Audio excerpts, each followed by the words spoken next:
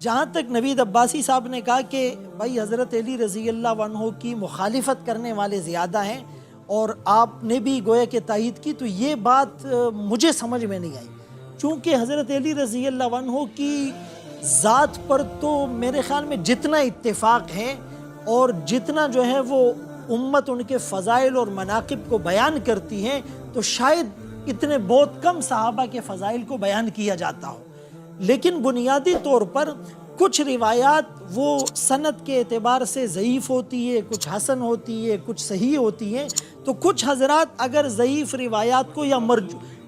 مرجو روایات کو نہیں لیتے تو خدا نخواستہ اس کا یہ مطلب نہیں کہ وہ ان کے فضائل اور مناقب کا انکار کر رہے ہیں۔ جیسے ولادت کعبہ کی بات ہے تو اکثر کتابوں میں حکیم بن حزام رضی اللہ عنہ جو صحابی رسول ہے ان کے بارے میں ہے، حضرت علی رضی اللہ عنہ کے بارے میں اقوال ہیں، لیکن بہت سی کتابوں میں ان کو ضعیف کہا گیا یا مرجو کہا گیا۔ تو خدا نخواستہ اگر کوئی یہ کہتا ہے کہ بھائی حضرت علی رضی اللہ عنہ کی ولادت بیت اللہ میں زیادہ راجع نہیں ہے، تو اس کا یہ مطلب نہیں کہ وہ گستاخ ہے۔ حضرت علی رضی اللہ عنہ تو ہمارے سر آنکھوں پر ہے، وہ تو ہماری آنکھوں کا سرما ہے، دل کا سرور ہے، دل کی دھڑکن ہے، ہماری شان ہے۔ ہمارا ایمان حضرت علی رضی اللہ عنہ کی شان کے بغیر مکمل بھی نہیں ہو سکتا،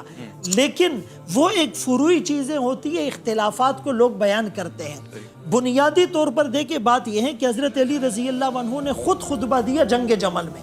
اور کہا کہ حضرت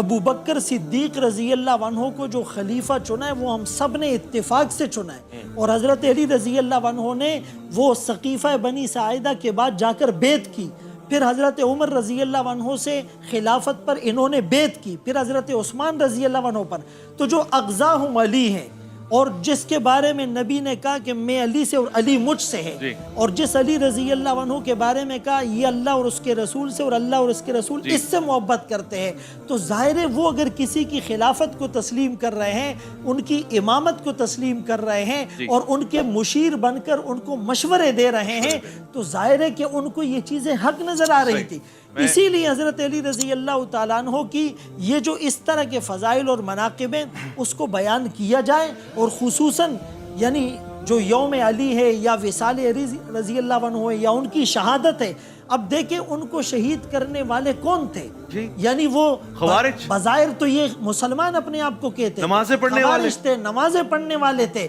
لیکن ان کے دلوں میں کیا تھا؟ کوفیوں نے ان کے ساتھ کیا کیا؟ تو آج بھی کچھ لوگ مطلب اگر حضرت علی رضی اللہ عنہ سے بغض رکھتے ہیں وہ مومن نہیں ہو سکتے۔ فرمایا مومن علی سے بغض نہیں رکھ سکتا اور منافق علی سے محبت نہیں کر سکتا۔ جیسے اللہ نے مومن اور منافق میں فرق کرنے کے لیے جو ویریفیکیشن کا آلہ ہے، ایک موقع پر جہاد کو بتلایا، لیمیز اللہ الخبیث من الطیب، دوسرے موقع پر آقا کی ذات کو بتایا، فلا وربک لا یؤمنون حتی یحکموک فیما شجر بینہم۔ اسی طرح حضرت علی رضی اللہ عنہ کی ذات کو بتایا کہ جس کے دل میں بغض علی ہوگا وہ کبھی بھی مومن نہیں ہو سکتا۔ حضرت علی رضی اللہ عنہ نے تحکیم کے مسئلے میں قرآن سے کیسے استدلال کیا؟ جب خوارج نے کہا کہ جی اللہ کے سوا اور اس کے رسول کے سوا کوئی حکم نہیں بن سکتا، تو انہوں نے کہا کہ نہیں، میاں بیوی کا جھگڑا ہو جائے، قرآن نے کہا فَبْعَثُوا حَكَمًا مِّنْ أَهْلِهِ وَحَكَمًا مِّنْ أَهْلِهَا، کہ شوہر کے خاندان سے ایک اور بیوی کے خاندان سے ایک کو حکم بنا لو۔